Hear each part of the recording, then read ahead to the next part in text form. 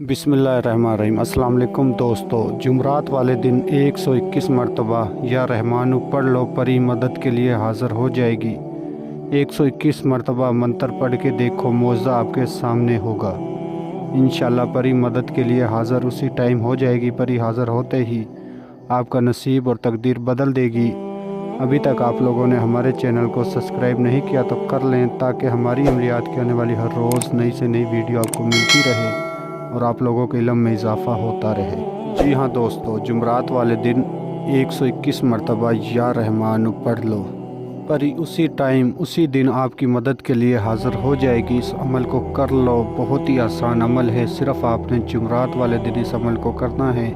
इस अमल में चाँद की तारीख का कोई लिहाज नहीं है। सिर्फ़ आपने जुमरात वाले दिन इस अमल को करना है। जुमरात वाले दिन आप इस अमल को इशा की नमाज के बाद किसी भी जगह पर कर सकते हो। अमल आपने पाक साफ़ होकर करना है, सफ़ेद रंग का लिबास पहनकर करना है।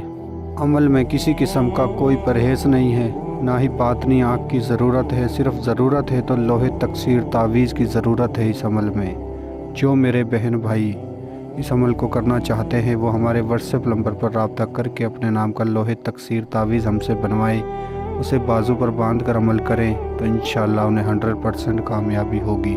लोहे हमजाद तावीज़ एक ऐसी चीज़ है कि उसके बिना आप अमल करते हो तो आपको कामयाबी नहीं होगी। अगर वो आपके पास है तो आप अमल करें, आपको उसी टाइम कामयाबी हो जाएगी। तो अमल का आगाज़ करते हैं। अमल को आप जुमरात वाले दिन कर सकते हो। तारीख़ का इसमें कोई लिहाज नहीं है, ना ही चाँद की तारीख़ का कोई लिहाज है। सिर्फ़ आपने जुमरात वाले दिन अमल को करना है। जिस दिन आपने इस अमल को करना है किसी किस्म का कोई परहेज़ नहीं है। सिर्फ़ आपने पाक साफ़ होकर गुस्ल करके वज़ू की हालत में इस अमल को करना है। सफ़ेद रंग का लिबास पहन कर इस अमल को करना है। चाहे लड़का करे चाहे लड़की करे, इस अमल को सफ़ेद रंग का लिबास पहन कर करे। और इस अमल का जो सामान है वो आप नोट फरमा लें। आपने जिस रोज़ इस अमल को करना है अपने हाथ से मीठी खीर बनानी है। चाहे लड़का करे अमल को चाहे लड़की करे, मीठी खीर बनाकर अपने सामने रखनी है अमल के दौरान। और आपने गुलाब का अतर लगाना है अपने जिस्म और कपड़ों पर। और आपने 7 गुलाब के फूल लेने हैं, 7 चमेली के। ये भी आपने अपनी मीठी खीर के साथ रख देने हैं अपने सामने। और जाए नमाज पर बैठकर किबले की तरफ रुक कर के आपने मंत्र पढ़ना है।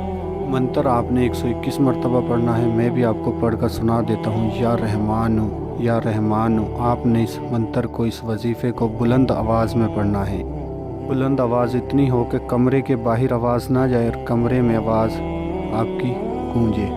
जब आप मंत्र की तादाद पढ़ना शुरू करोगे तो कुछ ही तादाद पे आपके इर्द गिर्द धुआं सा आपको नज़र आएगा, आपको चीखें सुनाई देंगी।